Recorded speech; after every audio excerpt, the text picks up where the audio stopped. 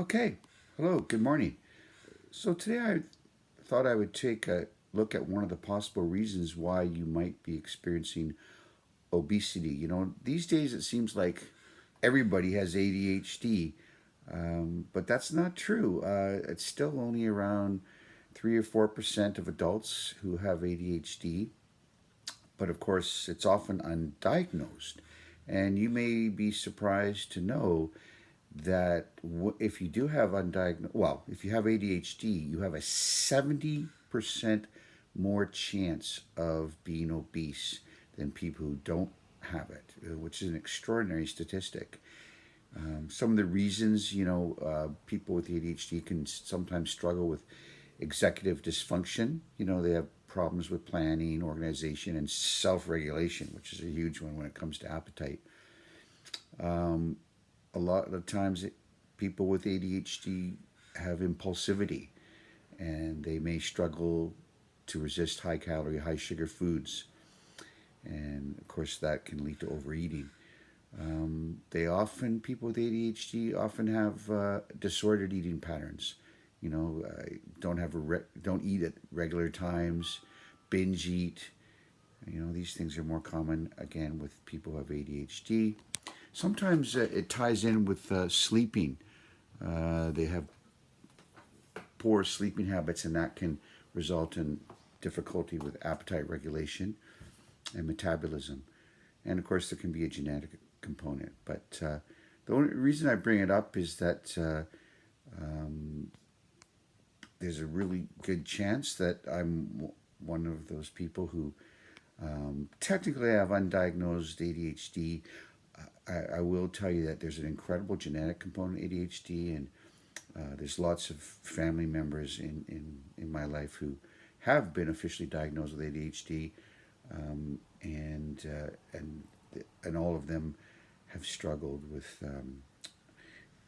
not necessarily obesity, but they've had issues around eating. So that could be something for you to look into if you because treatment for ADHD often helps people to combat their obesity. Um, some other reasons, why we might become obese. I think nowadays, let's face it, a lot of us, including myself, we're tied to our computers. I'm sitting in my kitchen here, but I actually call it the control center because I've got like a nice comfy chair here, and I usually have two, maybe three computers on the go, and I spent a lot of my time here. And before I started on this journey to health, I spent too much time here. I'm really into true crime videos, and I'm very social when it comes to staying in contact with people by video calls and whatnot. So now I'm doing about 2 hours a day of power walking. I love going to this place called Dude Chilling Park here in Vancouver. But a sedentary lifestyle, um, you know, combined with a lot of eating of unhealthy foods could lead to obesity, right? And so could be another issue for some of you. Certainly was for me. And I also think, you know, obviously sometimes obesity is associated with unresolved emotional issues, and your go-to is to comfort yourself with food. So again, a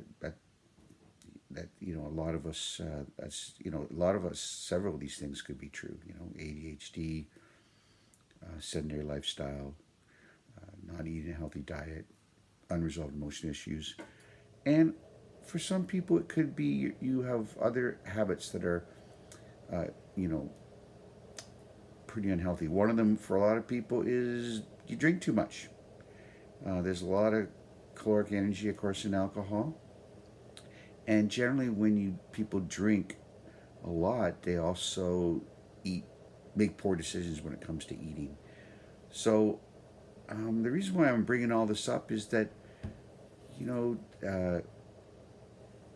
there's as with most human behavior, there's always, not always, but generally underlying issues that can account for this behavior.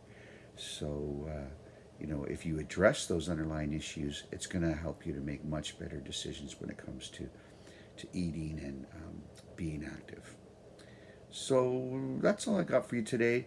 Um, just if you're going to start intermittent fasting and being more active and eating better, um, you also might want to consider all the reasons why for years, decades maybe, you've had an unhealthy relationship with food. That may seem strange, but I think if you're obese, then that's almost certainly that you have had an unhealthy relationship with food and eating, and it's time to change, and you can do it.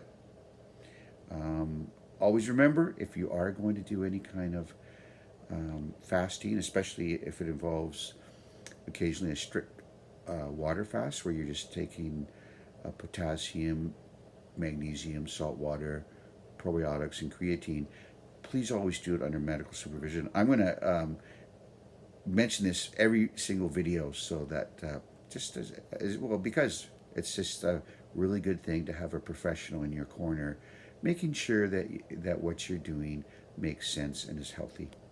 All right, guys, take care. Have a great day. Bye bye.